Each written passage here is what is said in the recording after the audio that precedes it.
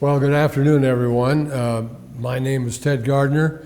I'm an interviewer for the Library of Congress Oral History Project, which is so capably handled by our public library here. And Dennis Daly is our videographer. He's a master degree in history from the University of Cincinnati. And we have the honor and the pleasure, and especially for me, an old friend, Dave Evans, who, how long have you lived here in Cincinnati, Dave? I came here in '73, so it'll be 37 years. Okay, 37 years. Came here with the Enquirer. You were with the Enquirer. I'll be darned. Well, now, where were you born? Oklahoma City, and 2 years old, I went to Washington, D.C. with my family, and that's where I grew up. I see. So I really more Washington. Yeah, right. Well, that's interesting, being in the nation's capital through those formative years. So you did elementary there and high school? Yeah, elementary, high school, and then turned from service George Washington University. Oh, yeah. I did the same thing. How about that? Well, tell us about your family. Do you have siblings? I have 2 sons. They both live in Cincinnati. Mm-hmm. And 2 grandsons and a granddaughter who are practically adults by now. Oh, yeah. Did you grow up with brothers and sisters? I was an only child, a Only depression child. child. And I would have had, I guess, a brother or sister, but whoever was stillborn. Mm-hmm. Oh, I yes. was Yeah. by myself. Yeah, we had that same experience. I'll be darned. Well, your father transferred from Oklahoma City to Washington. Was he in the military, or? No, he was a newspaper man with Scripps Howard, and he became the Washington bureau chief of Scripps Howard. Oh, boy. And so that's why I was in Washington the rest of my life until I Sure. came here. Sure. Well, that's very interesting. Going through school, we all had activities and hobbies and so forth. Anything special stand out in your early school days that you like to do, or? Well, I was too light for football, so my main sport was swimming. I'll bet you were a good swimmer track. too. Yeah, swimming and track. Yeah, you got golf, a good. and baseball, but not. I was too light for football. In fact, Oh, yeah. in high school, my nickname was Bones. Bones. Okay. Well, that figures, absolutely. Well, everybody has in his life certain days that you never forget where you were when it happened. Where were you when December the 7th, 41 came along? My father and I were attending a Washington Redskins game, and I've forgotten who they were playing, but it was just before the half. The announcement was made, and since Washington there were so many military, half the stadium emptied. Wow. Oh, sure. Supposed to report to duty. Had to and report. How about that? And I may be wrong, but I don't think the game ever ended. It just. They just kind of. And if I'm Washed it correct, out. we were playing the Cleveland Browns. Yeah, I'll be darned. And it was a beautiful day like this, and sunny and bright, and Yeah. even in December. Oh, my. Washington's like Cincinnati. You have a cold week and a warm week. And Right, exactly. that's where I was. Well, speaking of the Browns, I guess that was the period of Paul Brown, wasn't it? As coach of the Browns? No, that's 1941, no. Yeah, could have been. Well, anyway, that I know that stands out in everybody's mind who was alive at that time. And, of course, we were all kind of shook up, so to speak, and wondering what was going to happen and what was going to do. So at 18, did you volunteer, or did you? Well, I was in the high school graduating class of June of '42, right after Pearl Harbor. Right. And being in the District of Columbia, the draft lift was short, and I loved to ski, so I volunteered for the ski troops. And there was no 10th Mountain Division then. It was No. It was the 87th Mountain Infantry Ski Troops. Oh, just one just one outfit. One regiment. One regiment. Oh, golly. And later became a division. Mm-hmm. And the one I joined had just returned from a tour in Kiska in Alaska. Oh, brother. And which is not a very well-known theater of war, but No. the Japs didn't come ashore, so they went back to Colorado. Yeah. They started out in Fort Lewis, Washington, and then I joined them at 18 because I figured, gosh, if I could volunteer and ski, okay. Yeah. Hard to beat that combination. Well, that's interesting. You know, there was an article in the paper just the other day about, no, it was in the Christian Science Monitor, about American U.S. Task force of civilians who are digging up Japanese bodies that lost their lives on Attu or Kiska or one of those Aleutian islands, and and of course they're finding very interesting things, you know, about with the DNA and all that sort of thing. There weren't very many because I should say the none. regiment didn't stay there. Mm-hmm.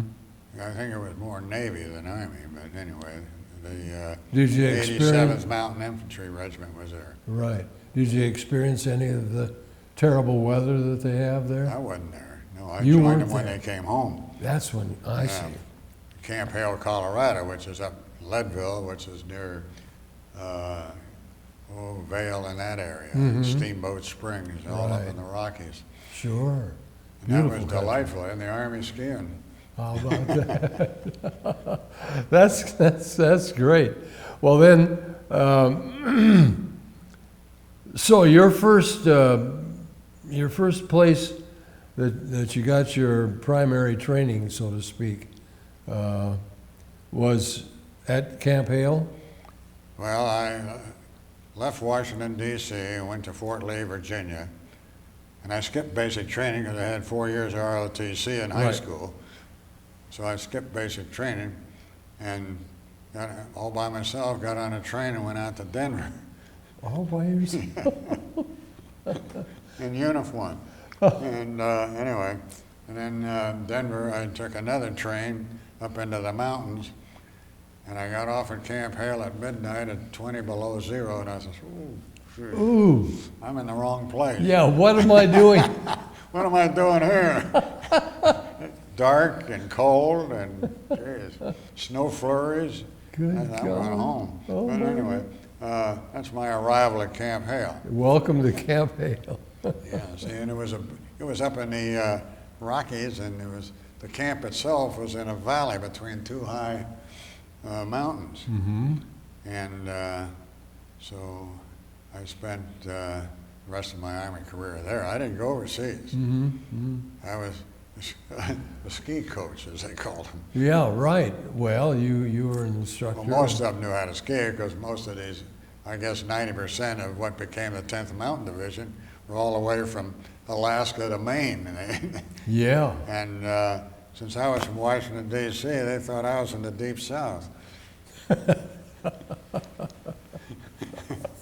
I know.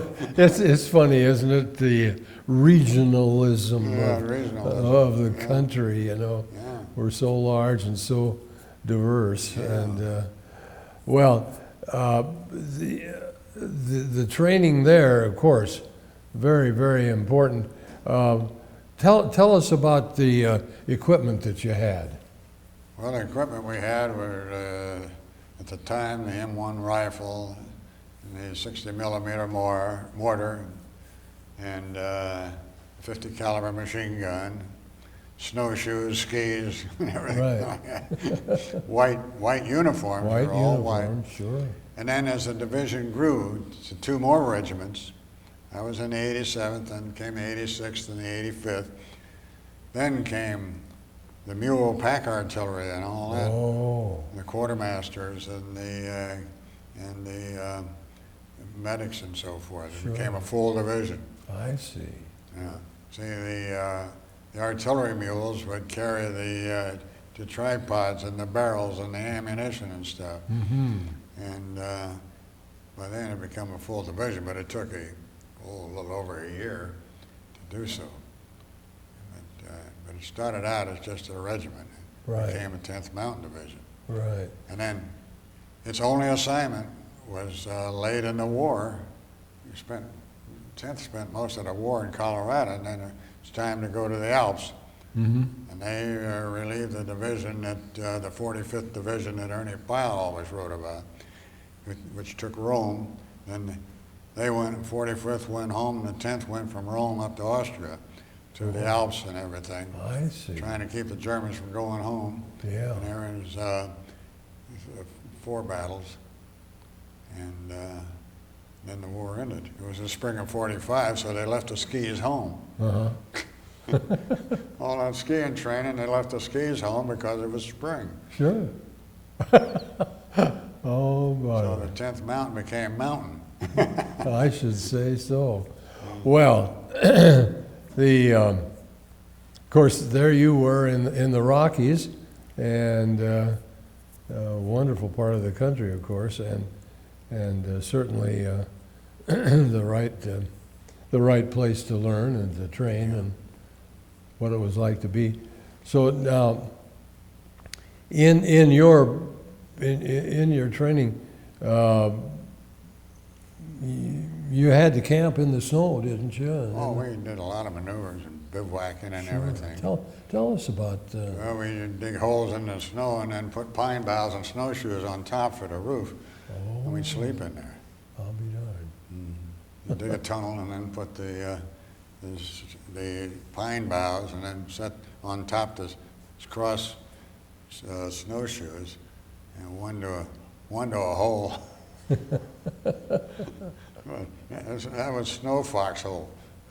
Snow foxhole. But that's where the snowshoes came in handy. The webbing and everything held the branches up, Why, sure. and it had a little roof.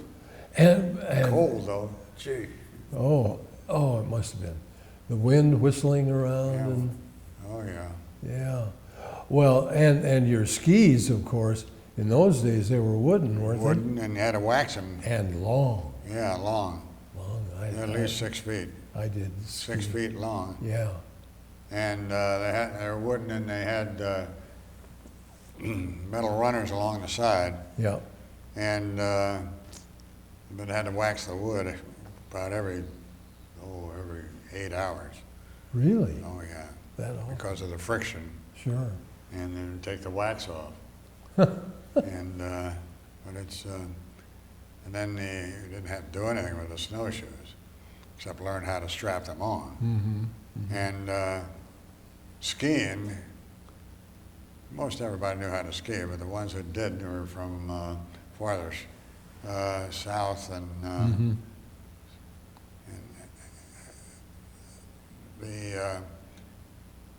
the battalion. Oh, this is an interesting part of it.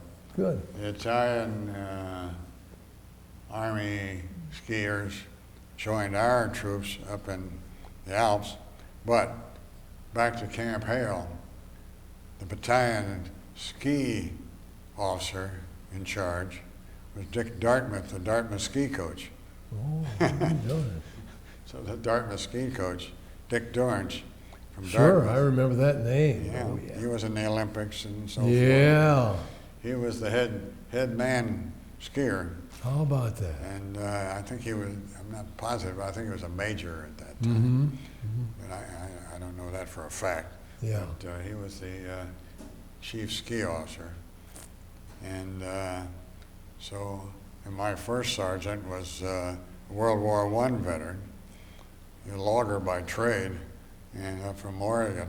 And we all thought, man, he's old, World War I veteran. Gosh, He's probably in his 40s. Yeah, right.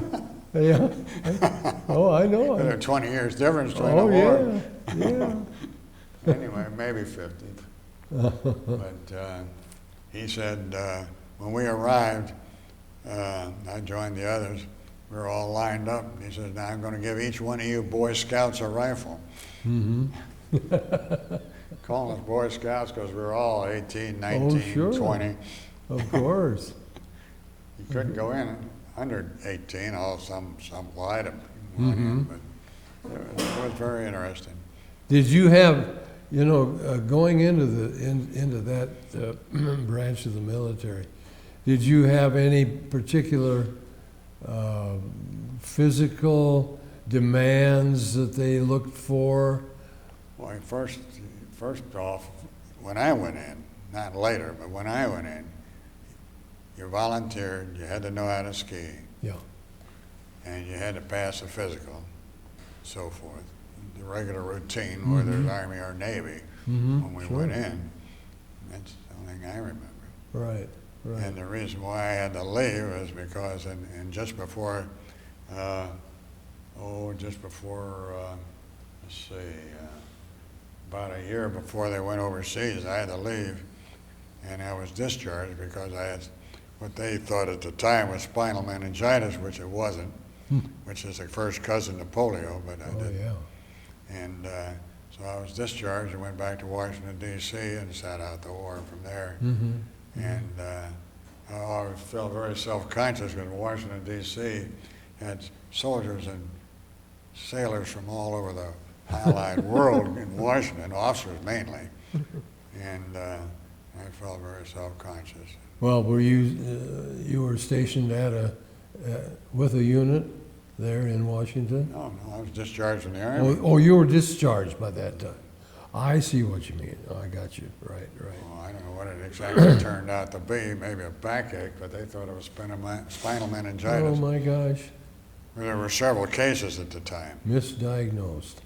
Well, anyway, several cases at the time, and so that ended my military career. Yes. Well, back in Colorado, which fascinates me, where you were, and you're having that not common experience. How far, for example, how far was Camp Hale from Denver? Well, it's let's see,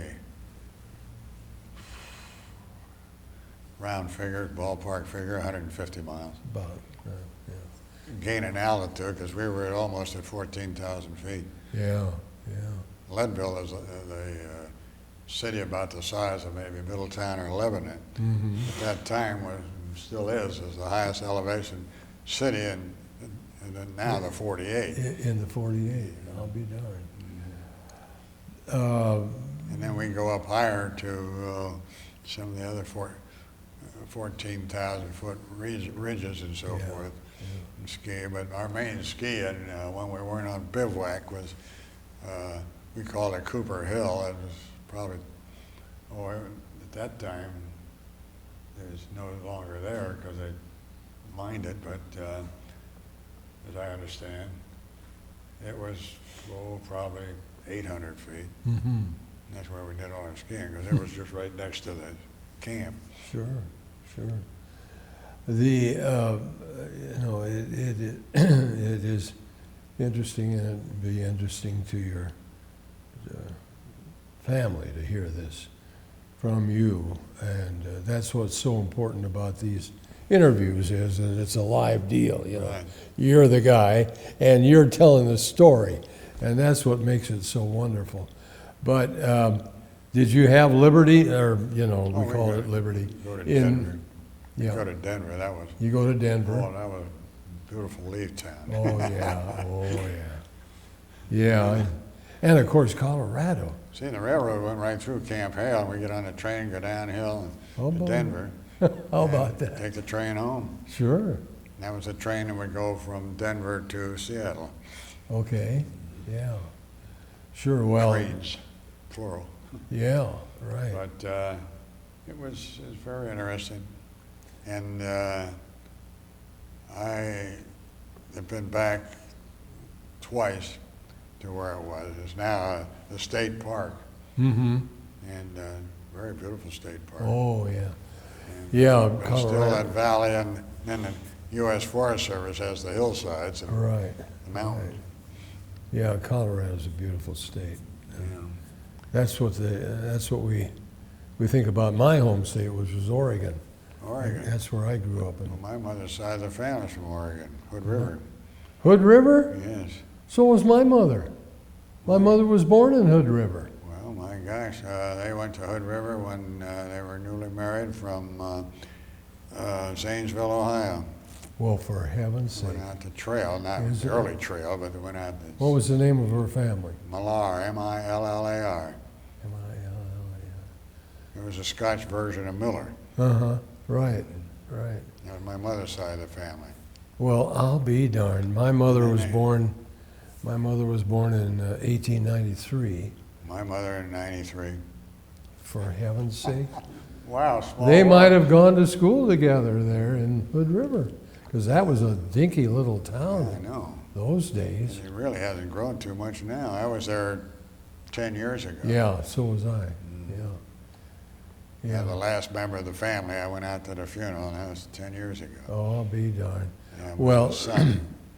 Of course, the great thing about Hood River is that it has developed into a nice tourist place with the sailing on the river and Yeah. that wind sailing. And, Columbia River there in the canyons is like a wind tunnel. yep, And yeah. then gorgeous Mount Hood up at the top of the Oh, valley. boy, I'll say.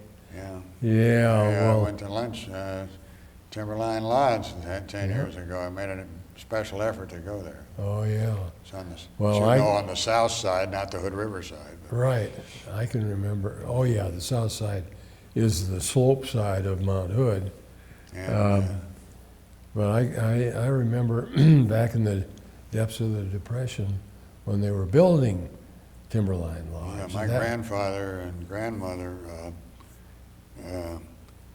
homesteaded there. Did they really? They started out with a little orchard and it Yeah. grew. Because Hood River Valley was all pears and apples, Oh, yes, absolutely. and then logging up in the mountains. Well, my mother's family, and it's my middle name, is Harbison. And the Harbisons had a fruit ranch in the Hood River Valley. Grandfather There were Harbison. D, Parkdale, Odell, and one other one. Yeah. But Do you remember there, if you went up Mount Hood and take the Mount Hood Loop Highway, Right. and you come up from the riverside, right, the north side, there was a lodge called the Cloud Cap Inn. I've been there You many remember times. that? Many times.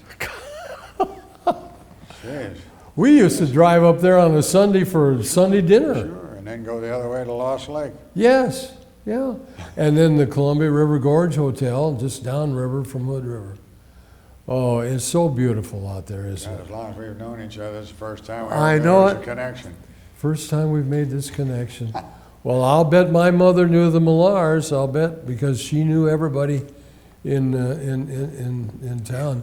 She Wow. grew up with. They had a lot of American Indian help Yeah, that worked the farms and the Right. orchards. still do. And isn't that something?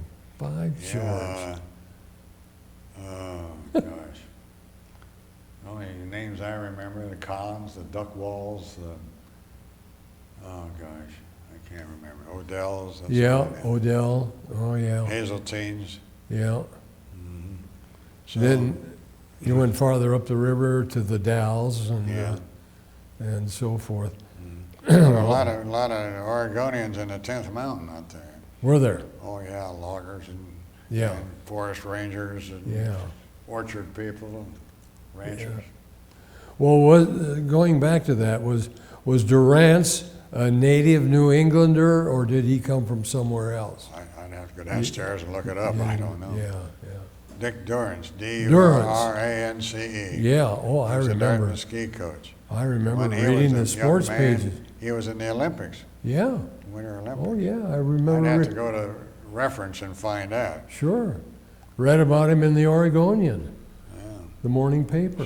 yeah. The Oregon, Well, isn't that and fun? the Oregon Journal was the afternoon evening paper. Sure. Oh, yeah. Well, Yeah, I was a paper boy. I delivered the Oregon Journal.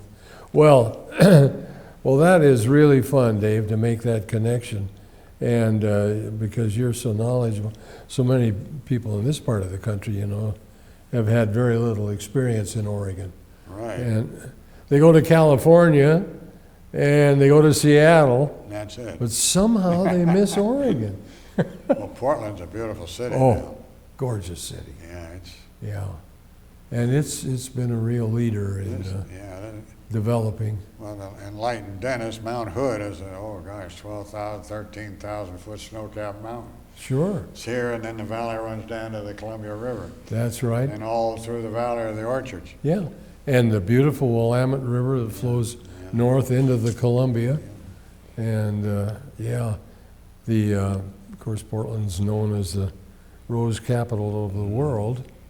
And great stuff out there. Well, we'll have to talk some more about that Yeah, but sometime. I had to dig up a little information about what the 10th did when I was home.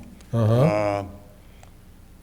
The 10th Mountain Division arrived in Italy, and Lieutenant General Lucian Truscott Jr., the commander of the 5th Army, said that the 10th was to take Mount Belvedere, then move north along the high ground west of the Valley Reno, and the 86th Regiment, the night of February 18th, would take Riva Ridge, where the Germans observed the forward slope of Belvedere. Oh, yeah. Then the 85th and 86th battalions, or regiments rather, would take the Belvedere, and then General Hayes' army continued thrusting through across the Po Valley and into the Italian Alps to keep the Germans from going to Austria and home. Sure. Yeah, keep them. Well, I brought this. That's good. That's very good. Yeah, that was an important thing, was to keep them in Italy, and not let them get home and rejoin their army and so forth. And then I mentioned the artillery part of it were mules. They didn't take the mules over. Yeah, did you have experience with the mules? No, but in the meantime, the Italians who were not in the war were furnishing the mules, and they call that the American Army secret weapon. Because they carried all the artillery and military equipment. Sure. The medics used them, the artillerymen used them, and they were all Italian mules. How about that? Yeah, I met a guy once after the war, right after the war, when I was at George Washington U, and I finished at Oregon State after the war. I came back, and I had about a year to go.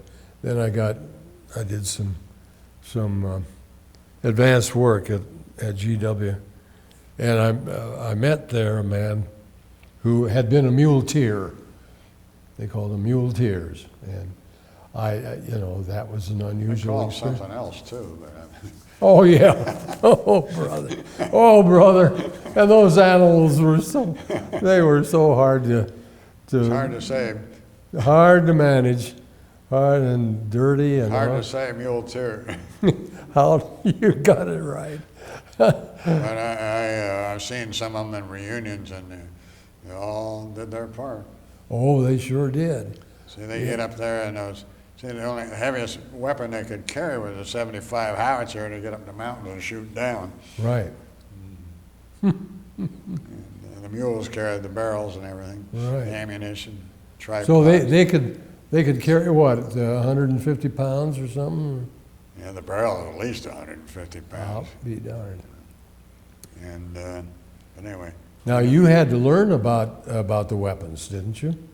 Well, I didn't learn about the artillery weapons, but we had to, and then through ROTC, I knew how to break down a Springfield and M1. Sure. Springfield was the World War Yeah. I rifle. I know. Well, we trained with Right.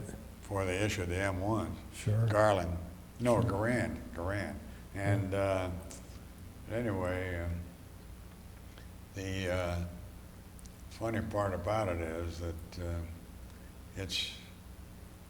there are guys from as I said earlier, from Alaska to Maine, and they all got along. And what I want to say next there was a Norwegian battalion escaped from Norway through Canada and joined us, and it was part of the 10th Mountain. Oh, really? Yeah, and those guys probably started skiing in kindergarten because Oh, yeah. they could outski us. Oh, they were born skiers. Yeah, I know. And if the snow was high enough, they could climb up on the roof and shoot off the roof and jump. Yeah. Did you do any racing or any downhill? Yeah, we did. Just exercise. Just as, yeah, right. Keep ourselves amused. Sure. And the pack was 65 or 70 pounds. You do a jump turn on skis, but that pack wants to go that way, and you're going this way. And You bet. you have to know what you're doing. I'll say it could strangle you, or you could lose it. Well, either that or you take a header. Yeah, right. And so, but I didn't have any war experience. Well, that doesn't matter, you know. Everybody has a story, and it's wonderful to hear your story because it's unusual. I mean, that kind of the military was very small. Yes. You know, very small, very specialized. And now the 10th Mountain has been, it was a big joke when they went to Italy, Haiti. Went to Haiti down there in that uprising, the 10th Mountain. Good grief. Into the tropics. Well, see, now it's based at Fort Drum, New York. Oh. Almost to Canada, Messina, up in that area. And it hadn't been in Colorado in years. When they returned home, they went to Colorado, then to New York, upstate New York. But anyway, and it's been Afghanistan, Iraq, Haiti, and one other place. I can't remember where, but somewhere in the Caribbean, all places. But at one time, in one of those places, it was only one of 3 divisions. The United States Army was perfectly trained and could go overnight without all the preliminary getting it together and going off and so forth. It was already they considered one of 3 battle-ready divisions. Right. And they were one of the first that went to Iraq. Now they're in Afghanistan now. Yeah. So Yeah, you know, you're bringing that up. That's mountains. Oh yeah, terrible country. Oh my God! I've been near there, but not there. Unbelievable. I've never been there, but just reading about it. Yes, and seeing pictures. Oh, the pictures, those rocks and everything. But you know, there's a man here in town by the name of Wenstrup. He's a podiatrist, and you know him? I've met him. I Yeah. don't know him. Nice guy, really nice guy, and he was in Afghanistan and Iraq, and he talked about that. And then over a year ago, speaking of Afghanistan, we had a man by the name of Marcus Luttrell, who was a Navy SEAL, and he was in Afghan, you know, he was in the interior of the country with 12 of his men, but it was interesting to talk to a Navy guy who had spent time in the desert, in those Rocky Mountains. You know, now everything has changed so much. You know, when you mentioned earlier that you were on that train all by yourself, that must have been a fun experience too. Oh, it was. Yeah, You got special treatment, I'll I bet. got boarded the train in Washington, D.C., and changed trains in Chicago, and I was in uniform, and it wasn't a troop train. I think I went from Chicago to Denver on the Union Pacific City of Denver, the streamliner. Oh yeah. And I went to Washington, D.C. on the B&O's Capital Limited from Washington to Chicago, so it was almost first class all the way, although it was coach. But Uh-huh. Well, that's something, and your education at GW was, what was your field of study? My field of study was English. English. Were you a teacher? No, I was getting ready for the newspaper business. Newspaper. See, during the war, as you remember, Ted, they did away with a lot of these schools like journalism and so forth. Oh, yeah. So when I returned, or when we returned, there was no school of journalism. So I took English. I'll be You damned. remember on the GI Bill of Rights, you had to go to school in your area. Right. So I was either Georgetown, Catholic U, George Washington. American. American was just a trade school then. No You kidding. know, it became a university. Yeah, right. But so I went to George Washington. Yeah, it was an interesting experience because I came from a very, very, very ultra-conservative background. I did too. And when I got into GW, I mean, I was just stunned.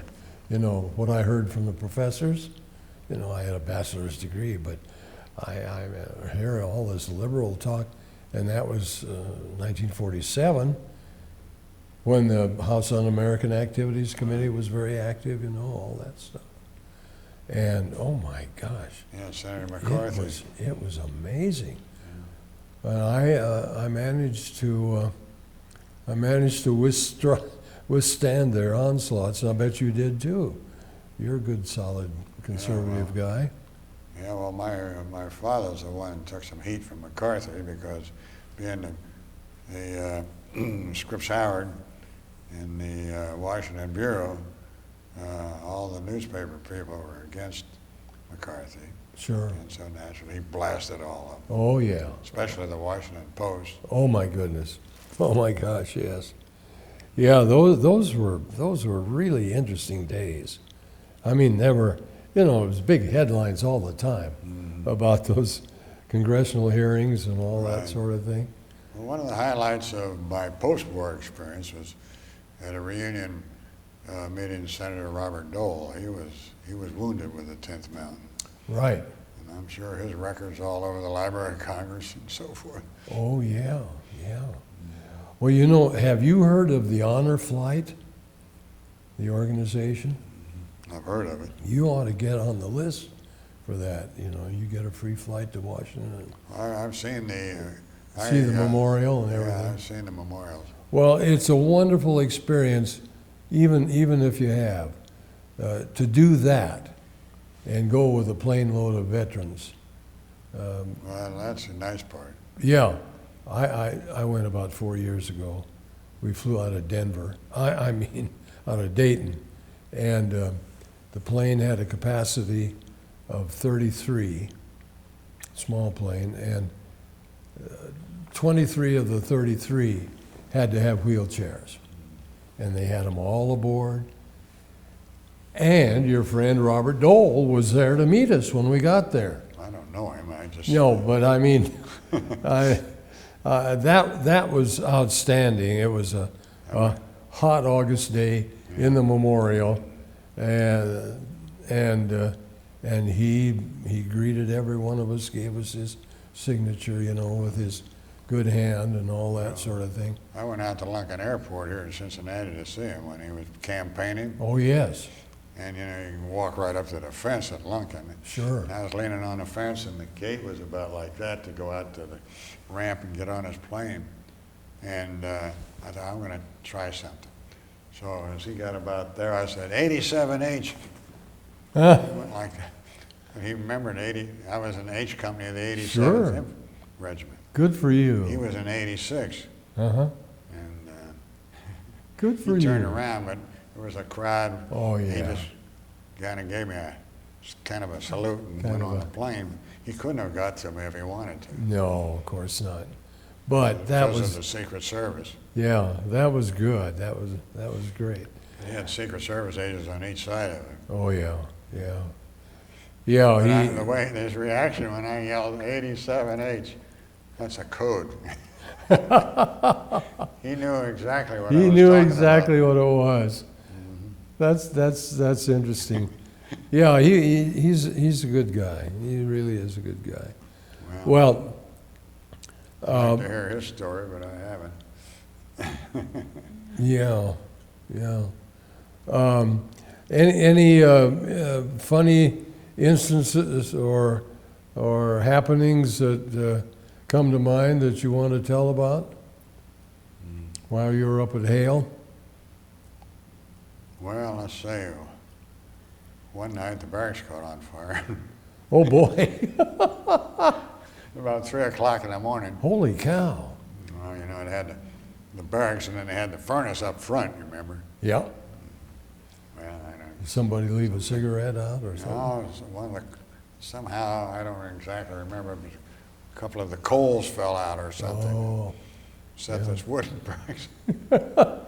We all went out the back oh boy! in snow and cold. God Oh. dang.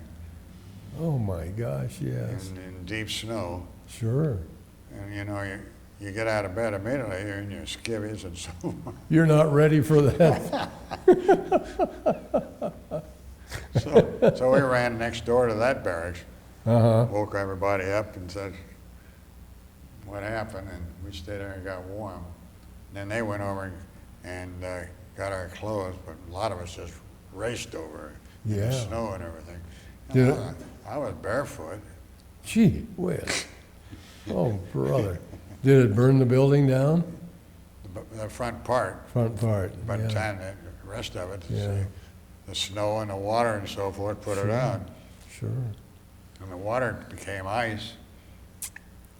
I don't know how cold it was that night, but Yeah. it was in wintertime. But I'll say what, the Rockies are absolutely gorgeous in the spring, gosh. All the wildflowers and everything. Oh, my golly. Yeah, that was just a gorgeous part of the country. Well, as you know, in Oregon, Same way. same way, and Oregon had a lot of good skiers. Black Butte and Mount Hood and so forth, you know, and government camp would, that was a big. Government camp, sure, that's where they would start going up the chimney. Yep. See, they went like this, and they called that part the chimney. Yeah, that's right. I Yeah, climbed that once with my cousin. the mountain. Yeah, Yeah. I was 16, 17. Yeah. I climbed it 3 times, twice from the south, from Timberline, and once I climbed with the crag rats Yeah, of Hood River. sure, in a government camp. The north side, which was the tough side of the mountain. But about you now,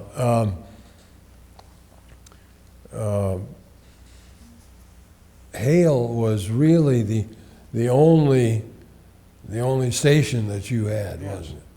Well, outside of going to Fort Lee near Washington, near Richmond, Yeah, Virginia, but to you get were my just orders. you were just in and out of there. See, I had ROTC and didn't do basic. Oh, you did basic at Fort Lee. No, I did ROTC 4 years through Oh, high in school. Fort- oh, so I I see. avoided basic training. Yeah, right. And Figured I didn't need basic, they put me on the train. so when you graduated from college, did you get a commission at that time? No, this was high school where I took ROTC. Oh, it was high school. Yes. I got you. Yeah, Oh, see, oh, I I could get have it. been an 18-year-old lieutenant, but they didn't take 18-year-old No. lieutenants. No, that's right. That's right. I had 4 years in high school, Army, Yeah, Reserve Officer Training Corps. right. Yeah, that was. Well, after that, I was never in the military. Yeah, but that ROTC high school, that was a very good time for many youngsters to have Yeah. that kind of Well, training. Chet Cavalier did the same thing in Washington and Roosevelt High School, and I was at Woodrow Wilson. Oh, you were at Woodrow Wilson. See, all the high schools are named after presidents Sure. I had at that time. a superior officer in the Navy who was a graduate of Woodrow Wilson High School. Well, yeah, that's where I went, and Chet and Joy went to Roosevelt High School on the other side of Washington from where I lived. That's right. So it's in sections, northwest, northeast, south, Sure. west, south. They were born and raised, I guess they were born here, but they were raised and went to high school and met each other in northeast Washington. I was Sure. in northwest near the National Cathedral. Oh yeah.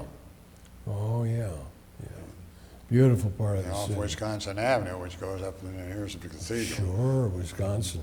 Well, I was between Wisconsin. I can remember as a boy the steel girders when they started the cathedral. No kidding. I'll be darned. As a boy. Yeah. Well, that northwest quadrant was very interesting. So many military people retired and lived up there. Beautiful, beautiful part of the city. Gosh, Oh, I loved Washington. I'd love to go there more often, and there's so much to see and do. But you know, that World War II memorial, how were you impressed by that? Well, I was very impressed to I the was point too. with tears. I was too, absolutely. And then I stood on the ridge looking down on Omaha Beach and had tears. Yeah.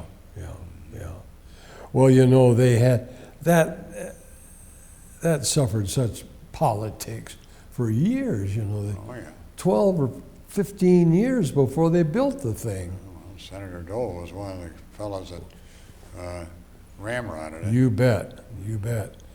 And Well, others, but he was one of them. he was one of them.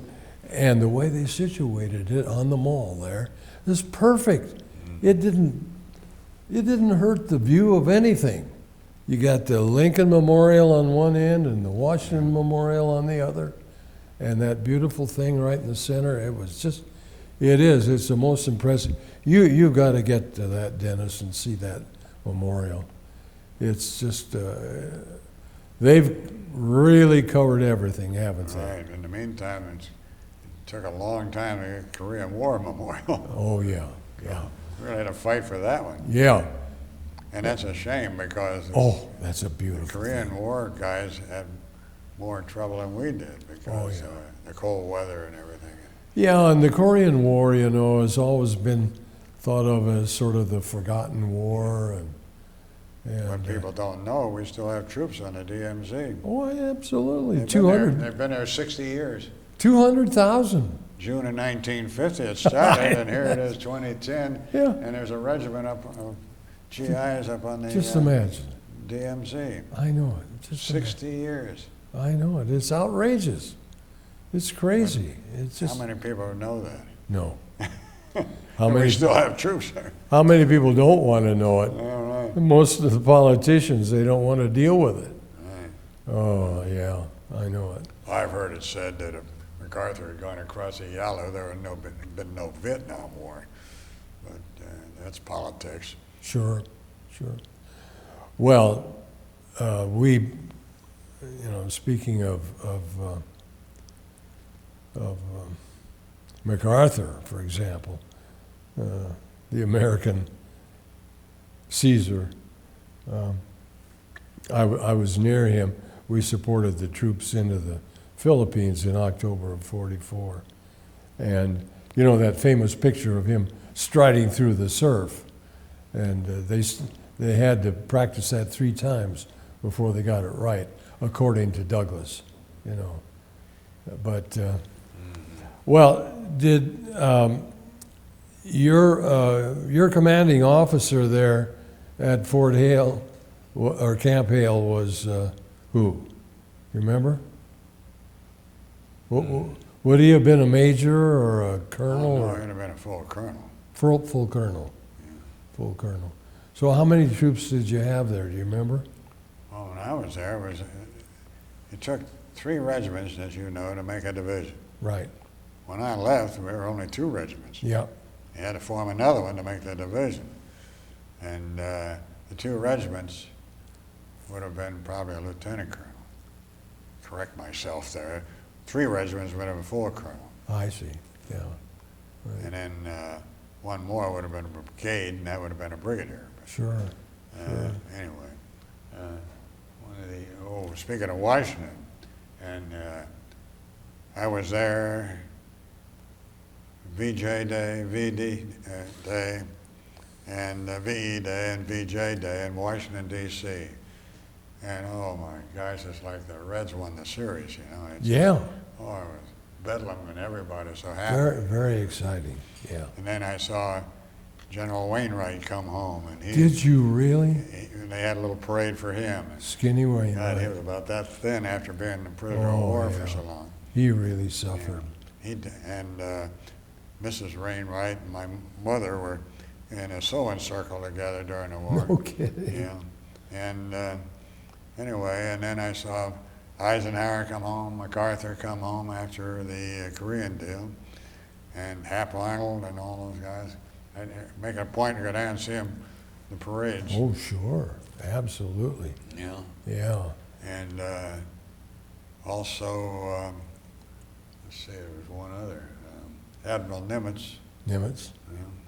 Chester W. And yeah, and also Admiral Halsey. They all had parades Yep. when they returned to Washington. Yep. And Well, of I'd course- run down there and watch them.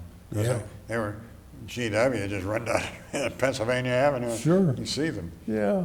And one thing I remember about General Wainwright, his hat didn't fit. It was down around his ears because he had shrunk so much. Yes. Well, Well- he could have given him a new hat for God. Well, you'd think so, for God's sakes. Give him a hat, for heaven's sake. I know it. It was But that poor man, he really did suffer, really physically and mentally. See, he was a brigadier caught on the Bataan in the Pacific. And MacArthur went to Australia and Left Wainwright. Skinny went to prison. Yeah, yeah. Yeah, and That's the one, he did survive the death march. yes, He was in good shape in those days. But, yeah. but, But- each, but each year, the- just, what was it, 4 years? 4 years.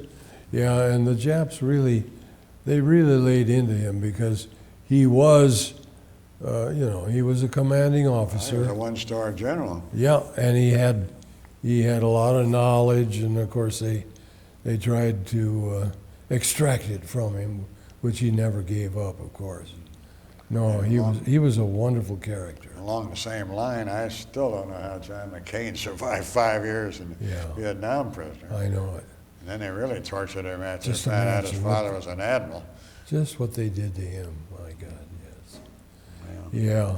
But Well, but Washington was a gay place on VE Day and PJ Day. Just, oh, gosh. well, that was interesting that you got to see those people Yeah. because not very many people can say that, and you.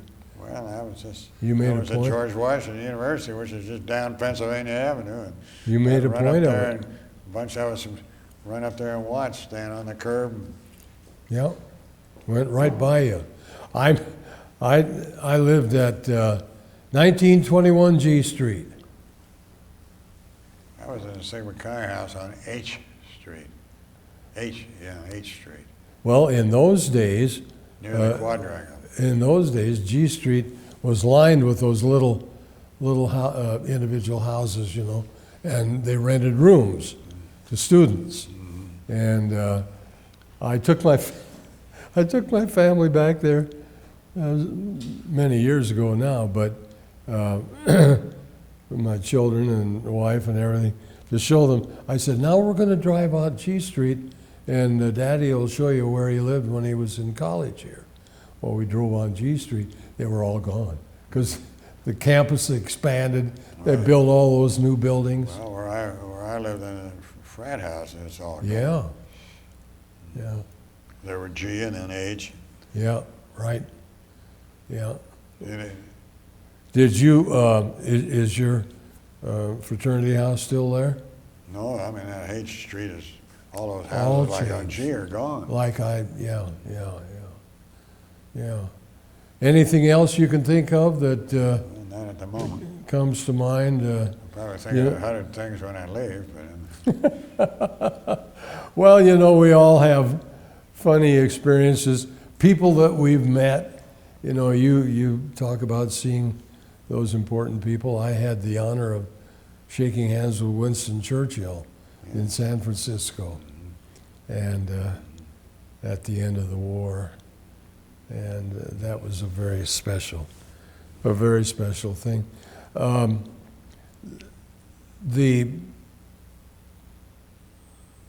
How long did you stay in Washington after you graduated? Oh, I was 1960. 1960, about 15 years. I was there, let's see, I went there at 2 years old. I lived there 58 years, except Right. for the year Right. I was gone. See, I was gone, I just went to Camp Hale, landed there January the 6th of 43. Hmm. And the next December 9th, I was on my way back to Washington.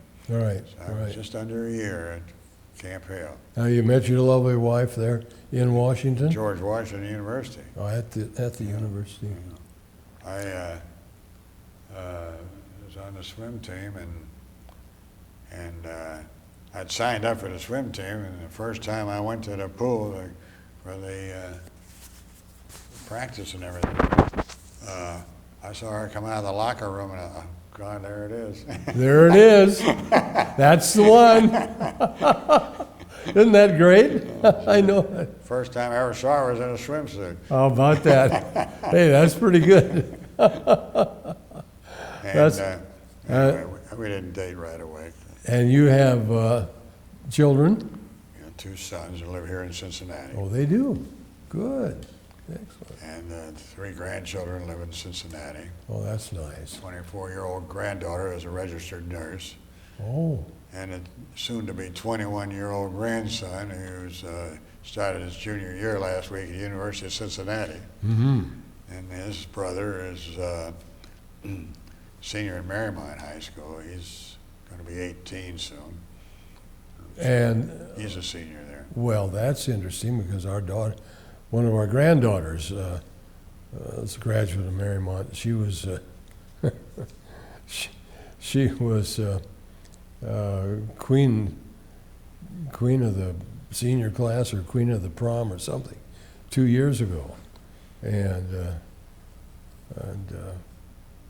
outstanding student. I bet she knows your grandson. I bet that. Well, when she graduated last year? Yeah, last year. Okay, she does. Yeah, He's a senior. yeah. And his name is Sam. Sam Evans.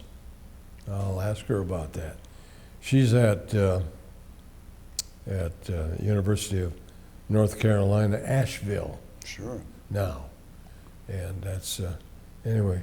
Well, listen, we've run out of time. Yeah. It's been fascinating to hear your story, David, Well, and I'm so enjoy. glad to know you. And Small world. we about see Oregon. each other at church. We used to see each other at Brooks Brothers Yeah. and all that good After I stuff. retired from the Enquirer, I got bored, and I knew the manager of Brooks Brothers, and so he said, "Well, come on in. If you don't like it, leave. If you do, stay." And I stayed Yeah. 5 years. Yeah, that was good. That was good. What did you do at the Enquirer? Well, I was a business editor. Business editor. Okay. Well, that is very, very interesting. Well, again, thanks for your service. Thanks for your coming in and doing this. And you know it's important because your family will have this DVD for forever. And they'll say, there's Grandpa. And that's nice. Right. Okay. Thank you.